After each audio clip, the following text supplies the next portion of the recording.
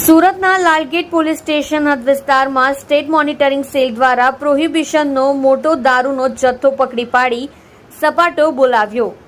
સુરતના Lalgate police station હદમાં વહીવટદાર Chetansinh અને second વહીવટદાર police constable રણકની રહેન નજર ચાલતા પ્રોહિબિશનના દુકાનમાંથી દારૂ વેચનાર 2 લિસ્ટેડ બુટલેગરોને વિજિલન્સે ઝડપ્યા, જ્યારે લાલગેટ પોલીસને સ્ટેટ મોનિટરિંગ સેલે ઊંઘમાં ઝડપી પાડી સ્થાનિક પોલીસ સ્ટેશનમાં સપડાઈ હતી।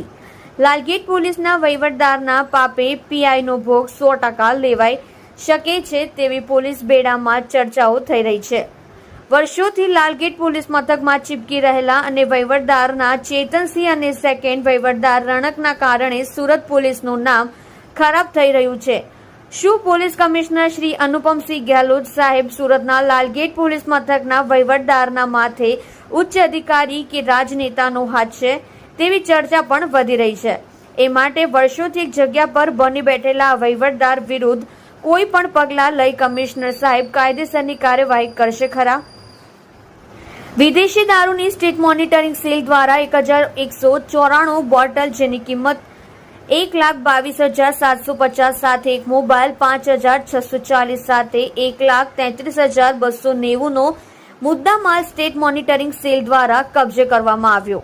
સાથે વહીવટદાર ચેતનસિંહ અને સેકન્ડ વહીવટદાર રણકની ગેરકાયદેસર પરમિશન આપી ગેરકાયદેસર ગોરખ ધંધાની પોલ પણ સ્ટેટ મોનિટરિંગ સેલ દ્વારા રેડ કરી ખુલ્લી પાડી। આરોપી મોહમ્મદ જાફર ઉર્ફે બાબા કબૂતર મોહમ્મદ ઝહુર પઠાણ રહેઠાણ ખાન સાહિબનું ભાટુ ધાસ્તીપુરા વરિયાવી બજાર સુરત શહેર। મુખ્ય આરોપી તુષાર ઠાકોર પટેલ રહેઠાણ વરિયાવી બજાર ઘાસ્તીપુરા સુરત શહેરને પકડી પાડી દારૂનો જથ્થો મોલના લિસ્ટેડ બુટલેગરોને વોન્ટેડ જાહેર કરી સ્ટેટ મોનિટરિંગ સેલના પીએસઆઈ એચવી તડવી દ્વારા લાલગેટ પોલીસ સ્ટેશનમાં ક્વોલિટી કેસ જાહેર કરી લાલગેટ પોલીસ ઇન્સ્પેક્ટર વિરુદ્ધ ગાંધીનગર ખાતે કાર્યવાહી કરવાની માંગ કરી છે। સુરતના લાલગેટ પોલીસ સ્ટેશન હદ વિસ્તારમાં મોહમ્મદ જાફરના ચાલતા પાલિયા ગ્રાઉન્ડ પાસે ઘાસ્તીપુરા વરિયાઈ બજાર ખાનસાબનો ભાતોમાં દુકાનમાં ચાલતા વિદેશી દારૂના વેપલા પર સ્ટેટ મોનિટરિંગ સેલે રેડ કરી હતી।